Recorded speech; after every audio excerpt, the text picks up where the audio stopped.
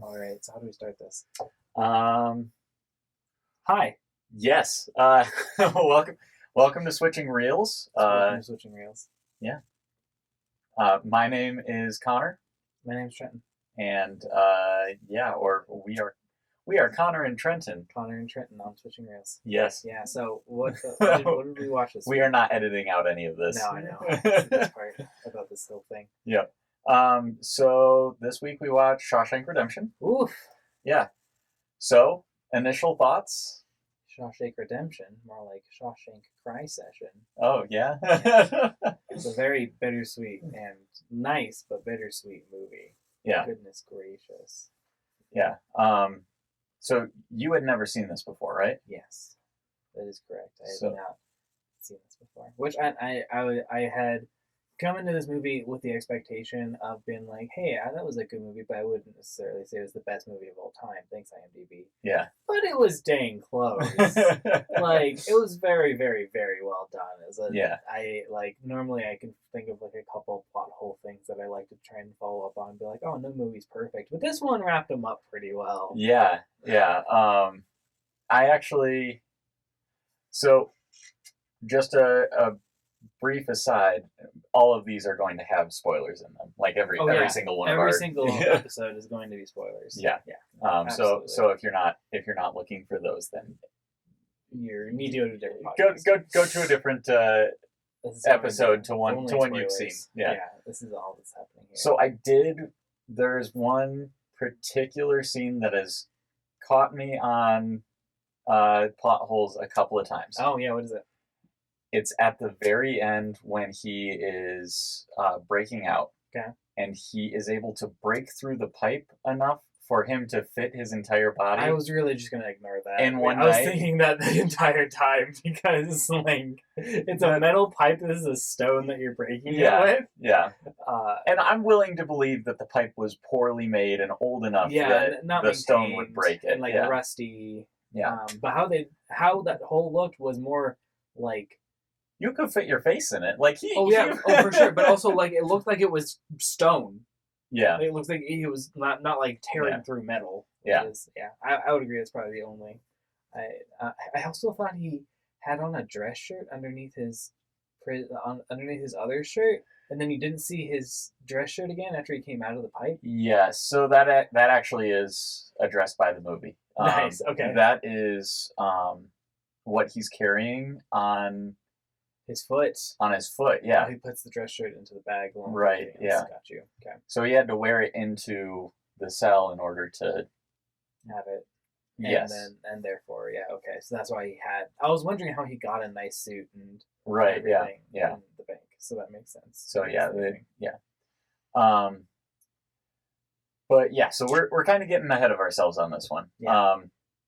So gut reaction. Really good movie. Really good. Yeah, no, absolutely. I thought that was very, very nice. If you had to put this on a scale of 1 to 10, my own scale. So am I just doing it generically? Yeah, just where you would say where does this line up if you just had to give this. 10 let's do 10 is the best movie I've ever seen. I had to play and let's do the two categories we've talked about before is objective quality. Yeah, okay. And how much you like it. Yeah, exactly. So 1 to 10.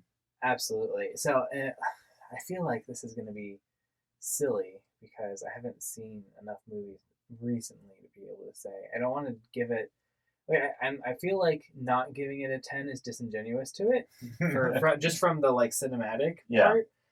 Like sure, there's plot holes and stuff. There's going to be plot holes in everything you watch. Yeah. So I feel like I almost need to like rate all the other movies up against this one and say, hey, what's going on here? And so I'm gonna give it a 9.5. It deserves a 10. Yeah. But just because I don't like committing to the full out of 10 on the like good movie scale. Yeah. I'd probably give it a 9, between 9 and 8.5 for like if I liked it. Yeah. Okay. So for me, probably objective quality. You've seen too many movies, so you have a lot better. Yeah. I would probably land it at about a 9.5. Nice. That makes me feel better. I want to say that it's a 10. Yeah. Because I can't place my finger on a whole Yeah. lot of things. But at the end, I feel like the color correction is really off. I agree. I felt like there was a and maybe it was on purpose, but I felt like there was like 2/3 of the movie was This is the first time I thought it was cold color, and then it got like warmer after the guy died and after he decided on leaving. Yeah. So I actually did on this watch. I wondered if it was an intentional choice. Mm-hmm. And I'll get into that in a second. I gotta give my personal do it like of it. For me, it's only an 8 out of 10. Yeah. Okay. I do really enjoy it, but there's something in the hooks that I feel like it doesn't grab me. Oh, as well as you'd like it to. Yeah. Yeah. You kind of this does feel like it relies on a lazy river effect of pushing and pulling you along instead of necessarily hooking you and pulling you in. Yeah. But now moving on to some of its artistic merits and things like that. I would say at this point is when I would bring up the fact that I think that color change may have been an intentional choice. Mm-hmm. Every time I watch it, I want it to be like this sort of hopeful transition, because I feel like that's what it's going for. Mm-hmm. But I really focused in on the themes of institutionalization. Yeah. This last time I watched it, mm-hmm. and I'm wondering if those scenes are supposed to be a little unsettling, because you have gotten so used to sort of the dark colors. Mm-hmm. That are prevalent through the entirety. It's a little jarring for you as well. Right. Yeah. I'm wondering if it's supposed to be like a difficult transition for the viewer. And also, that's right after he comes out of isolation. Or very, very close. They seem to coincide very, very closely. Yeah. With him coming out of isolation and the color changing. Yeah. I have a bigger issue with specifically Red's storyline, so I feel like it doesn't quite connect there. Yeah, the point of view character is Andy though, so except for actually no, it isn't. No, it is you're Red. right. No, you're right. Point of view character is Red. But at that point, Andy's gone. Yeah. So it doesn't apply. Interesting. Yeah. Yeah, that's a good point. So that's the only that's the only way that I can really justify that drastic color change. Yeah. But yeah, I mean it always gets me when he's in the field and those corn stalks just look too green. Oh. And a little too yellowish. I've watched this too many times. This was watching it the first time. This was something I noticed on my first watch. No. I noticed the little bug that was on Red's jacket whenever he was about to get out. There's a little green bug. I did not notice that. I've seen this movie several times. Figure out if it was a stray hair, but no, it was a little green bug. Huh. All right. Well, I've never seen that before, but I will have to look for it anytime I watch in the future. Yes. Yeah. But yeah, one thing that struck me this last time I watched it is just how packed with different themes this movie is. Mm-hmm. That makes sense. It's dealing with institutionalization, but it's also dealing with hope and sort of the that's the forefront. I'm trying to remember. There was another theme that hit me on this last watch, and I can't remember. I was going to bring it up. Good man. Yeah. I'm not going to anymore. Because, but I felt the same. You're fairly certain you didn't do it most of the movie. There was something about Andy as a character you couldn't really get a beat on. I couldn't be most of the movie, but and I think they did a really, really good job with that. Mm-hmm. The characterization in this movie was really, really good. I thought all of the characters were spot on. Yeah, I mean even the side characters are very, very well fleshed out as their own character. You kind of get to know Brooks before he leaves, and you get to know one thing that I don't always remember is names. No, the, not of the this guys. one. But you remember like the guy The guy with that's the super stutter. into Yeah, the guy with the stutter. guy that's Yeah. super into Hank Williams. Yeah, exactly. Super Hank Williams. Yes, exactly. But yeah, so like, oh, I remember. So in regards to the sort of the freedom aspect of it, I noticed a bit more going on with Jake the Crow. Oh, Jake, yeah, right. And Yeah. he was a little bit of a foil, but Yeah. almost like it was also like a very sad contrast. Like the Crow Right, had grown yeah. up in the prison its whole life Right, up to this point, but it was fine with going outside and just flying. Right. And like all of the Yeah. people that left except for Andy were not. Right, yeah. Yeah, even Red when he leaves is struggling with stuff before he's kind of given his purpose. Exactly. So yeah.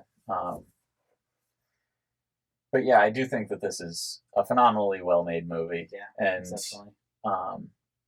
I have no problem with it being in the #1 spot, which brings us to our next thing, unless you have more that you want to talk about. What is the next thing on the notes side? The next thing is essentially, does it deserve its spot? Oh, nice. That's a good discussion. Yeah. Yeah, I hadn't thought about that. That's kind of cool. I think while there are movies that I would consider better than it, I'm not really willing. I don't have the heart to say no, it doesn't deserve and the place where it lands. I feel like I'm going to be able to better answer this question when I've seen more of them. Yeah. Because I've only seen 50 or so movies, and almost all of them lower on the list. But like it's not better than The Dark Knight, in my opinion. Like, it's not better than. I mean, The Dark Knight's not very far down the list. No, though. exactly. See, that's the only reason I chose it. I was like, it's like 4, right? Yeah. Or something. So I don't believe that it like, and again, I haven't watched it, so I'll have to like revisit this once we go watch it again here in a couple of months. But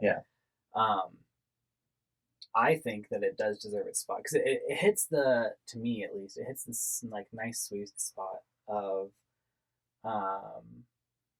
very well made, but also, and except for the fact that it's art, like a mass appeal. Like there's a story that anyone can relate to in this, whether it is Andy or whether it's Red or whether it's one of the side characters. Right. Yeah. And I think part of that is that they are dealing with some very human things. Very. Like you could kind of, and less with the, I keep bringing it up, but less with the institutionalization, but more with like sort of the trials of life and that sort of thing. It's a very easy sort of metaphor to kind of compare it to, having, like, obviously most of us do not go through all of the things that Andy went through in Shawshank, or even Red went through in Shawshank. Yeah. But there are trials that we face, and sort of looking at that on an extreme scale, I think it does make it a very relatable movie. Yeah, I just started listening to. I was in a really good mood the other day, so I started listening to A Man's Search for Meaning. That's one of the most positive books that you can read. Okay. And by that, do you know which one that is? No, I don't. Okay, that's Frankel. I can't remember what his first name is, but he's the one of the a very leading psychologist and the one of the proponents for existentialism. Oh, okay. And this story was him going through his experience in the Nazi internment camps because he's a Jew. I think Trinity was telling me about this. Yeah, and one of his main thing that he eventually comes to is that, and it's brought up in a lot of other things, but the inalienable truth that Andy brings up, where there is something. It's the last freedom of man that can't be taken away, your ability to choose, and that's kind of also the thing that Andy says to Red at the end, and then Red repeats very, very close to the end. It's something along the lines of like, work hard living or work hard dying, or something along those It's lines. get busy, Thank living, you. or It's so get much busy better. dying. Yeah, exactly. And that's the choice. Right. Yeah. The fact I loved the fact that it emphasized that, and obviously this wasn't a very extreme example, but Mhm. it emphasized the fact that every human being has that choice to make. Yeah. And that was really cool. I like that. Yeah. So one thing that I do find really interesting is, I know that Micaiah did not enjoy this as much. Yeah, Micaiah is my wife. Yes. Um, but I do find it really interesting that my mom loves this movie. Oh, And interesting. my mom is, I would not say that my mom has a weak stomach by any means, but she doesn't have very much patience for violent and dark movies. Totally. And so I think the idea that this one is, I guess to a certain extent, I feel like the exception to the rule. Yeah. I think that says a lot about sort of the way that its themings and its message, or its themes and its messages come across. Yeah, absolutely. What do we think about I don't know if it's necessarily negative. I think that, so I was going to go ask, what do we think of its take on religion, Christianity in general? But I personally, and now to answer the question, Yeah. I personally felt that they did a really good job of emphasizing the, like, moral decrepitude. That's not a word. Decrepitness. Decrepitness? Is Yeah. that weird? Yep. See, decrepitude sounds much more fun. It is more fun. Of the head honcho boy. Of the word. Thank you. Yes. Warden, that's the word. And it felt as though, like, his treatment of others, he was using religion as a justification, but also then at some point just a thing to hide behind it. He didn't really think about it exceptionally much. Well, and I find that really interesting because the other thing that I wanted to pay attention to, partially because I have seen this a few times and I know about it because I've seen it a few times, but the fact that the safe is hidden behind the phrase judgment cometh and soon. Yeah, exactly. Judgment is, yeah, exactly, yeah. Yeah, and so the idea that he, number one, is hiding his laundry or his money laundering. Yeah, in the safe. his money laundering in a safe behind that. Like, I feel like that's probably the most on the nose metaphor in the entire film, but it is also, well, it's close. It's that one and the salvation lying within the Bible, and specifically that it's on Exodus. Yeah, when he opens it. Yeah, where it's for leaving. Yeah, that's fantastic. But yeah, I feel like that is sort of the most on the nose metaphor in the movie, but it still works, and I think that's one of the things that this movie does really well. Yeah. Is it does these on the nose metaphors, but it doesn't make them feel cheesy. Yeah, exactly. Which is so hard to do. Yeah. I just got the feeling, as soon as he, like, quote unquote confiscates the Bible for a second, you're like, oh, okay, something's in the Bible. Yeah. That was fairly straightforward. And then with the posters, you also kind of knew that was going to be something because he changes it and it's always in the same spot. Yeah. Which I think is just stuff that, like... So I didn't catch that on my first watch. Yeah, and that makes sense. And the reason I didn't catch that is I was looking at it from the perspective of he's in a 6x2 cell, and maybe a little bit more than 2, 6x4 cell. Yeah. Okay, maybe a little bit more than 6. Yeah. Either way, it's a really small cell. He doesn't have a ton of wall space. No. Not to mention the fact that he does have all of those, like, smaller pictures up around. Everywhere else. And so I didn't get the idea that that poster was something. I just kind of saw it as, like, that just is... shows change over time. Right, yeah. I read it as a sort of passage of time sort of thing. Especially because they brought, for the second poster, it was Marilyn Monroe. Yeah. And it's like the most iconic picture of Marilyn Monroe, exactly. And so I definitely got the idea, like, okay, this is to show Like, Yeah. hey, these are the sort of the ideal woman of X period, Yeah, absolutely. right? And I like think back on it now. They did a really good job because I think the scene that he's carving his name is like literally immediately right before the movie scene, Uh, oh, or is very it? close. I think it's like within one or two scenes of it that he is doing that chipping, and then So yeah, it may be. Um, I always thought that the edit was closer than it actually was. So like, I always thought that when he is writing the A, uh that it breaks at the end of the A, but it doesn't. It's when he draws the first line for as a for the N. exactly. And I don't know why that struck me funny this time around, but I was just like, "Oh, that's not where it's not where it breaks. Yeah. That feels weird." So one thing I had a little that I think I just need to think on harder. How did they know that the rapey guy, or like why did he get beat up? So Do we think was it Red so tattletaling, or was it Andy tattletaling, or was it neither? it was that everybody knew, Okay, right? Like yeah. that was, and like you even see he got solitary right before Mm-hmm. that, so it was definitely something where, however it happened, the guy knew that. Um, And it was was just it too was much it this time. Boggs? I can't remember what his name I is. think his name was Boggs. That Boggs was behind Andy's hospitalization. Yeah.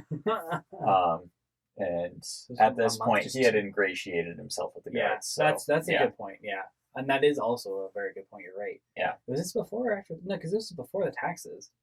It was before the taxes, but it was after the roofing scene. The roofing scene, yeah. Yeah. So, yeah. So That makes sense. yep. Yeah. So a little bit of good curry favor. Yeah. That makes sense. Yeah. And so this time watching through, I did notice this movie has a lot darker moments than I remembered. Um, yeah, and it really does help sort of push through the themes, Yeah. right? The idea that Andy is a character that is so hopeful and so positive in the face of Absolutely. everything that's happening. Yeah. But yeah, I mean, when I think about this, I usually think about the themes and I go, oh, this is a very uplifting movie, that sort of thing. I never forget about the whole Boggs thing. Yeah. But I do forget how dark a lot of the Else is. yeah. Like the poor kid getting shot. You knew it was gonna happen. Yeah. He's outside the fence, which is not where you want to be as a prisoner. Yeah. That was actually the first time I saw that I didn't pick it up, but I heard you whispering through the whole thing and I'm like, it's crazy how much you pick up when you're not, 16 and watching this for the first time. Exactly. Whenever you're an adult and have had more life experience. Yeah. Yeah. Because I didn't even get the idea that he was outside the fence. He walked outside the fence. Yeah. And can make it look like he's running away. Yeah. He's going to get shot. But I also noticed the lighting, specifically in that scene. Yeah, it's a really good lighting scene. And the way that they frame the warden as a villain is just in shadow, like completely in shadow, and it almost feels like it's playing on some of the some movies that have like sort of the battling between the dark and the light side. Yeah. You when a character is caught there, a lot of times they'll do like the shadow, right? Yeah. It looked almost like parody of that. It did look like parody of that. And not like in a comedic way, but like in a satirical way. Yeah, exactly. Where it was like, there was the darker side, and that's completely in shadow, and then the lighter side, but there's just still like these really dark shadows like on his eyes. And it's really funny the Warren like playing a relatively bad manipulation card right after talking to Andy about how he was manipulated into like believing this story. Oh from yeah, Tony. That was I thought that was a really cool play. yeah. But yeah, I do really enjoy this movie for certain aspects of it, but I don't know, just it doesn't click with me the Yeah. way other movies do for some reason. Makes sense. Um, I think in the future we probably need a few more questions. Maybe, I don't Yeah. know. We've gone a fair distance Yeah. with that question, and We're- then we're just kind about- of discussing it. yeah. So we'll have to figure out what the things that we like to talk about are. Yeah, This is the first true episode. Yeah. So, yeah, it is. but So I think that one of the last questions, if we want to get to that point, that I liked was the recommendation part. Like, hey, Oh, if yeah. yeah, who would we recommend this to? exactly. Like, what kind of people should watch this? And honestly, I think if you are of a certain age, it is a movie I would recommend anyone watch. Yeah. I don't necessarily think that it's going to be a movie that everyone likes. Yeah. But it is absolutely something that I think every person should watch because it is a masterpiece. And it is something where if some of that harsher content gets under your skin, I think that can really be the only reason that you're not going to Exactly. gain something from the it. movie. When if and I would completely agree. If some of the topics that are in there, either the violence or the sexual misconduct, that's putting it lightly. Yeah. Are off-putting. There it is. Off-putting. There you go. Yeah. If that's off-putting to you, such that if you like experience something like that and just like shuts you down, Yeah. then very much do not watch this. If you Yeah. feel as though you can be like, okay, I can go through a little bit of violence and cursing and some touchy subjects, Yeah. Sexually, then it is a really good and encouraging story at the end. Yeah. Like Yeah. showing definitely is man's ability to choose and be free and make that choice. And I think also exploring some of the institutional problems with prisons. Absolutely. You know, the abuse of power beyond just what we usually see with prison things, which is like, it's just the guards that want to be mean to all the prisoners. And it's like, well, there's some of that, but so like with exploitation of labor. Yeah. And like I very much agreed with Morgan Freeman's last interview. Yeah. Where in talking about like rehabilitation as like just a word. Yeah. Like it, and because I personally believe that's absolutely true with our institutional system. Yeah. Like, it is not good for rehabilitating. It's the and we make another podcast on this. It's the punishment versus rehabilitation. Yeah, it's a punitive system. It's not a rehabilitating one. I agree. But yeah, I also just think that from a film standpoint, that final interview is just iconic. Like, it was really good. Like, they changed the people. Like the person that was doing the interview, you could tell like somehow society had been shifting potentially, or something along those lines, such that the person behind the desk was likely the only person he could have given that speech to and gotten the result that he did. So I did notice. I watched part of the credits. On this one before I had to use the restroom, and I had always noticed that the last guy was younger. He looked like he held himself a little bit more demurely. I don't know if demurely is the right word.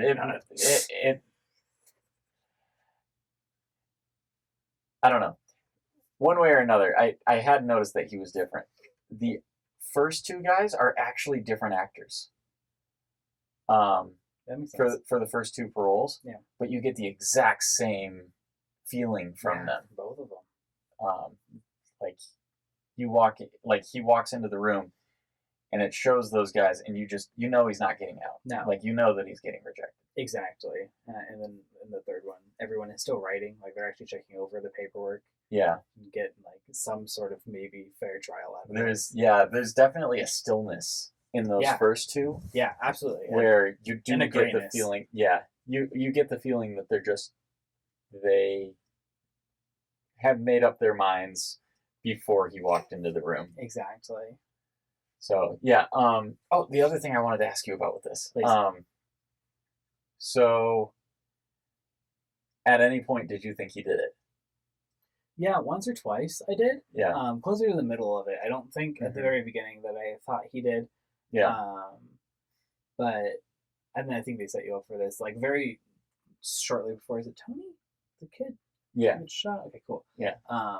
Like very shortly before Tony enters, you kind of like just have the vague impression that maybe he did it, that maybe this has been a cover up the entire time because he's so good at embezzling money. But I think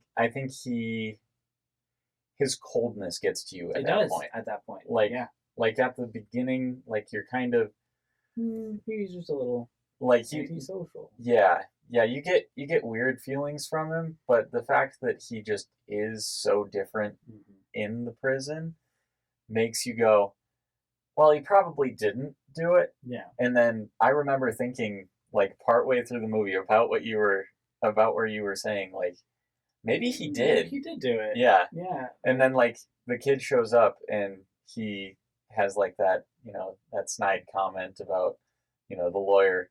Yeah. And him actually being innocent just like everybody else in here. And you're like, wait a second. Has this been a ruse the whole time? Have I been misled? Yes.